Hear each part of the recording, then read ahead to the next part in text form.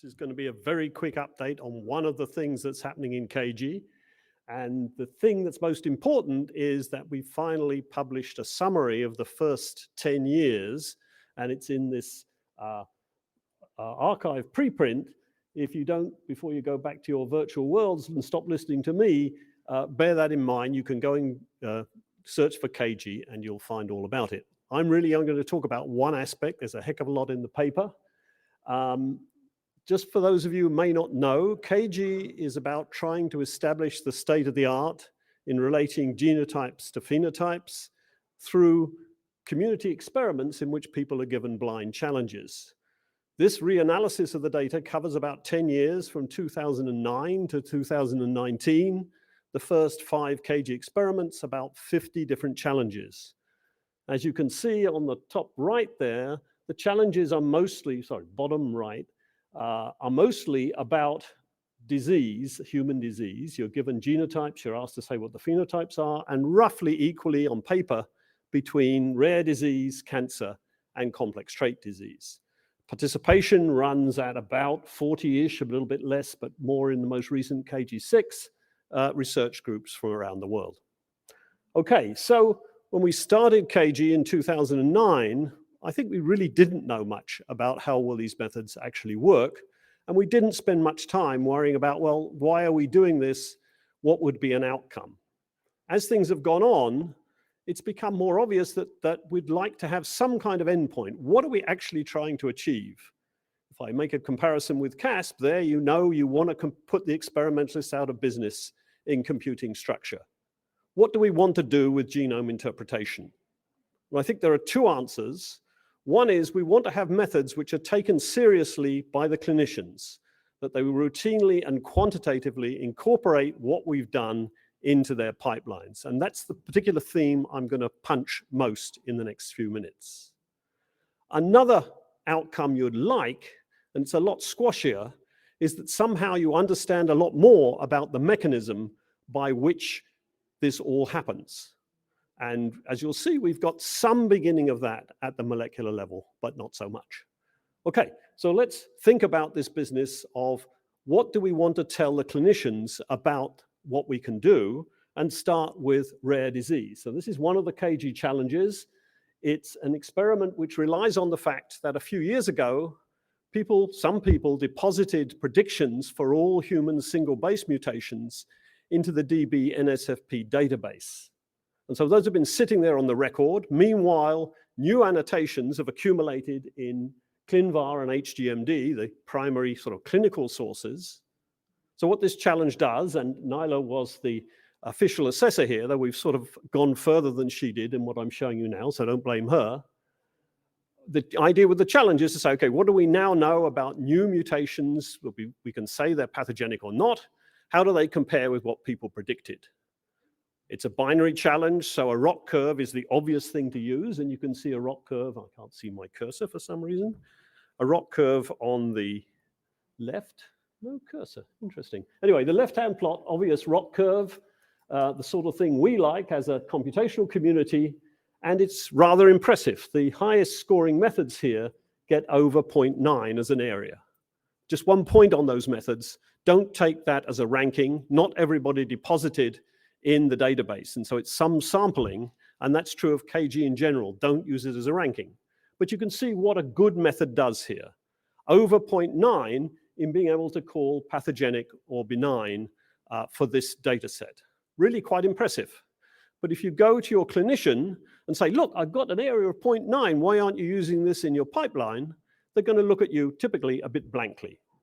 So how can you translate that into something that people will relate to and use? And here we've drawn very much on the work of Sean Tavtigian, who took the evidence guidelines, which are currently used for rare disease in clinical practice, and applied a Bayesian framework to them such that you can take any computational method and say, well, at this score in the computational method, I would expect that this should provide a certain level of confidence in the clinic. Those level of confidences are ranging from very strong to supporting, depending what side of evidence you've got. So, a loss of function thing is very strong. Just having a gene where there are often disease mutations, is supporting. So together with the work from the ClinGen SVI computational subgroup, which you'll hear about later this afternoon, we've taken those methods and applied them to this challenge. And so the solid curve you can see there in the right-hand plot shows you the score levels for Ravel at which you can say this method has this much evidence you could use in the clinic. So about 0.4, you can see you're at supporting. If you go up to about 0.8, you're at strong. And that's the percent, the numbers written on the line are actually the percentage of mutations in the data set that meet those thresholds.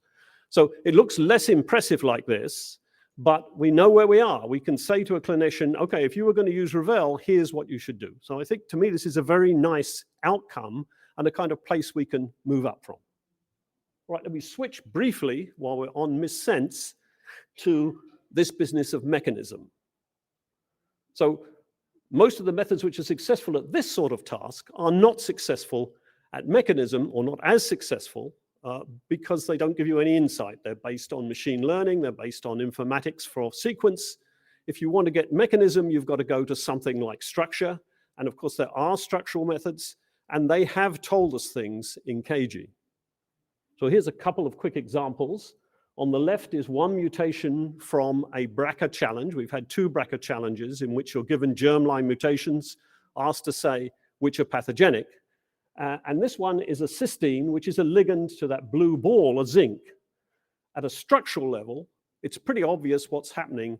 That is that you're destabilizing the protein, and indeed, computational methods will tell you the same thing. The one on the right is from a very different CAGI challenge. These are data provided by Stephen Main when he was at the Toronto Hospital for Sick Kids. And they are cases of children with undiagnosed genetic rare disease. And so the challenge for CAGI was, among other things, can you say anything about what might be the causative variants for these children? It's a real clinical problem. It turned out that a number of groups could say for a few of these difficult cases what looked like it's going on, in the sense that when the referring physicians were told, they said, yes, I agree with you, this is probably causative. The picture on the right gives you a sort of interpretation of one of those successful cases.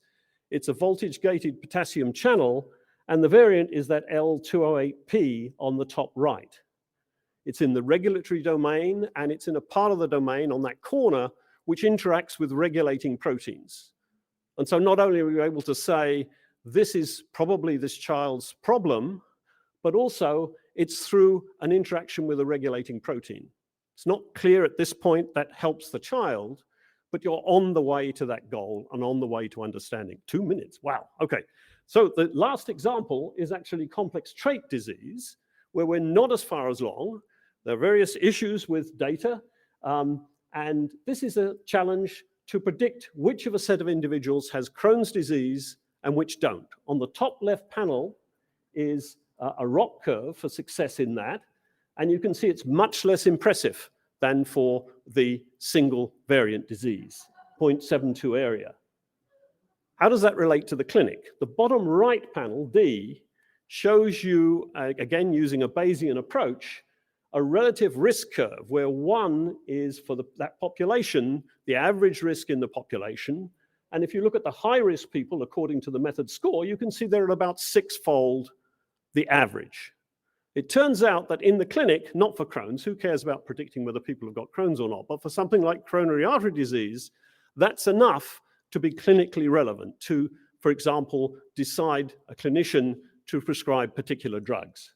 And so it's not as impressive in terms of numbers, but actually may be very clinically relevant. Okay, I need to stop, so let me acknowledge the people who contributed, 424 authors to this paper. The CAGI scientists are the people who did the work in these 10 challenges. The chairs, myself and Stephen. Now I've stepped down and Pedja is the chair. Let me mention very quickly Shantanu, who did the analysis, and Tina, who did a lot of the organization and writing, and of course, all of the people who contributed.